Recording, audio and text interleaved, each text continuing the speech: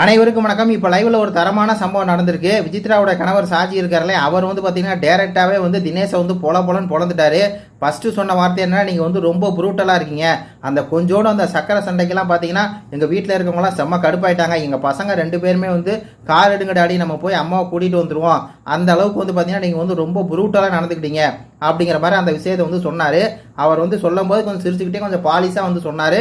ஆனால் நம்மளுக்கு தானே தெரியும், அவன் அந்த மானகட்ட தினேஷ் பார்த்தீங்கன்னா அந்த சக்கரை அவங்க எடுத்து அந்த பக்கம் இதில் போட்டு கரைச்சிட்டாங்க. அதில் பார்த்தீங்கன்னா அந்த கரப்பாம்பூச்சி இருச்சுன்னு சொல்லி அதில் போட்டாங்களே, அதுக்கு பார்த்தீங்கன்னா அவங்க அந்த சர்க்கரையை திருடி அப்படியே அவங்க வாயில் போட்டாங்க. வாயில் போட்டு தான் அவங்க பொய் சொல்கிறாங்க, எனக்கெல்லாம் தெரியும் அப்படிங்கிற மாதிரி பார்த்தீங்கன்னா புரூட்டலாக அடுத்தடுத்து அட்டாக் பண்ணிகிட்டே இருக்கீங்க. நீங்கள் தான் திண்டிங்க அப்படிங்கிறது. அதில் கரப்பாம்பூச்சியெல்லாம் விழுவு கிடையாது. அதில் பார்த்தீங்கன்னா அந்த எறும்பை விட கொஞ்சம் பெரிய தான் விழுந்துச்சு அப்படின்னு சொல்லிலாம் பார்த்தீங்கன்னா அவ்வளோ புரூட்டலாக அட்டாக் பண்ணார் இல்லையா. அதுக்கு தான் டைரெக்டாகவே சாஜி பொழக்கிறாரு. நீங்கள் இவ்வளோ புரூட்டலாக இருக்கக்கூடாது.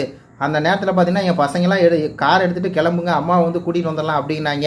அப்படிங்கிற மாதிரி பார்த்தீங்கன்னா ஒரு தரமான சம்பவம் பண்ணி விட்ருக்காரு. நம்மளுக்கே அப்படி தான் இருக்குது. இந்த மானங்கடா தினேஷ் திருந்தவே போகிறதில்ல. இதுக்கு மேலேயாவது திருந்துவாரா அப்படின்னு சொல்லி பார்க்கலாம். நன்றி, வணக்கம்.